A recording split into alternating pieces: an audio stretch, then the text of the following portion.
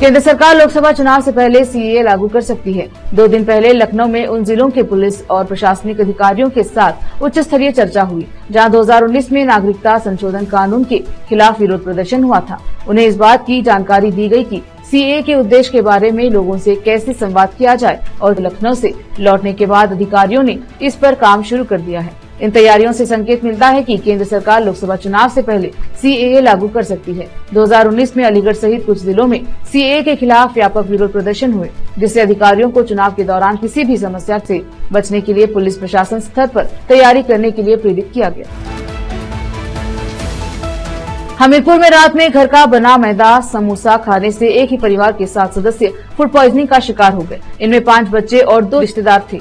सभी को इलाज के लिए जिला अस्पताल में भर्ती कराया गया, जिनमें 2 बच्चों की हालत गंभीर होने के कारण उन्हें कानपुर रेफर कर दिया गया है। घटना हमीरपुर जिले के लालपुर थाना क्षेत्र के करोलीजार गांव की है।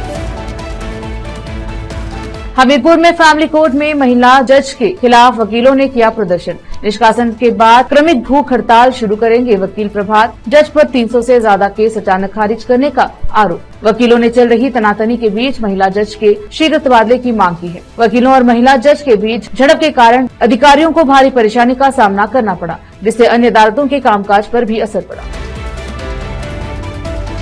रायबरेली में शनिवार की देर रात बाइक सवार 2 युवकों की अज्ञात वाहन से टक्कर हो गई। दुखद बात यह है कि उनमें से एक की मौके पर ही जान चली गई, जबकि दूसरा गंभीर रूप से घायल हो गया। राहगीरों के कहने पर एम्बुलेंस से उन्हें सीएचसी शिवगढ़ पहुंचाया गया, जहां डॉक्टरों ने प्रारंभिक उपचार किया। हालत गंभीर होने के कारण घायल युवक को ट्रॉमा सेंटर लखनऊ रेफर कर दिया गया। दोनों युवक हैदरगढ़ थाना क्षेत्र के लिलहौर गाँव के रहने वाले हैं। गुरुबख्शगंज से लौट रहे थे।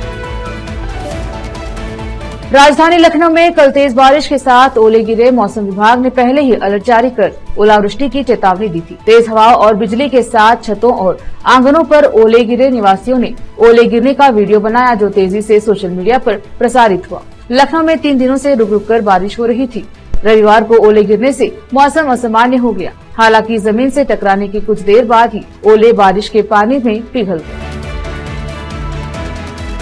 योगी सरकार ने हाल ही में यूपी सेमीकंडक्टर नीति 2024 को मंजूरी दी है, जिसका स्पष्ट लक्ष्य उत्तर प्रदेश को एक औद्योगिक केंद्र में बदलना है। यह नीति राज्य में बड़े पैमाने पर सेमीकंडक्टर विनिर्माण इकाइयों की स्थापना को सुव्यवस्थित करती है, विशेष रूप से इलेक्ट्रॉनिक सामानों पर ध्यान केंद्रित करती है। यूपी में सेमीकंडक्टर इकाइयां स्थापित करने में रुचि रखने वाले निवेशकों को पूंजीगत सब्सिडी, ब्याज सब्सिडी, भूमि सब्सिडी, स्टाम्प शुल्क, पंजीकरण शुल्क छूट और बिजली शुल्क में राहत सहित पर्याप्त प्रोत्साहन मिलेगा। इसके अतिरिक्त सरकार कौशल विकास, प्रशिक्षण, अनुसंधान और उत्कृष्ट केंद्र की स्थापना के लिए सहायता प्रदान करेगी। उम्मीद है कि यूपी की सेमीकंडक्टर नीति भारत को एक प्रमुख वैश्विक आर्थिक शक्ति के रूप में स्थापित करने में महत्वपूर्ण भूमिका निभाएगी।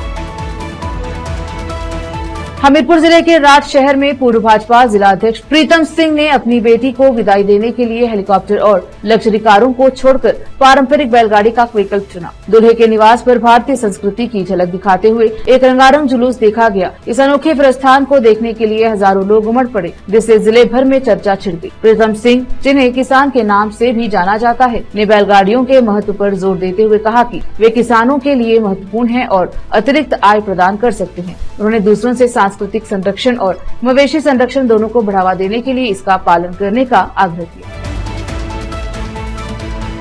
सांसद उपेंद्र सिंह रावत से जुड़ा अश्लील वीडियो तेजी से वायरल होने के बाद आज सोमवार को उन्होंने सोशल मीडिया प्लेटफॉर्म एक्स पर अपनी अप्रत्याशित प्रतिक्रिया दी। उन्होंने लिखा है कि मेरा एक एडिटेड वीडियो वायरल किया जा रहा है, डीप फेक एआई तकनीक द्वारा जनरेटेड है, जिसकी एफआईआर मैंने दर्ज करा दी है। इस संदर्भ में मैंने राष्ट्रीय अध्यक्ष से निवेदन किया है कि इसकी जांच करवाई जाए। उन्होंने लिखा है कि जब तक मैं निर्दोष साबित नहीं होता तब तक सार्वजनिक जीवन में कोई चुनाव नहीं लड़ूंगा। बता दें कि शनिवार को रावत को भाजपा ने बाराबंकी लोकसभा क्षेत्र से दोबारा सांसद पद का टिकट दिया है। यूपी में यादव वोट बैंक को अपनी तरफ से आकर्षित करने के लिए भाजपा द्वारा लखनऊ में आयोजित किए गए यादव महाकुंभ पर सपा अध्यक्ष अखिलेश यादव ने कहा कि भाजपा बहुत होशियार पार्टी है।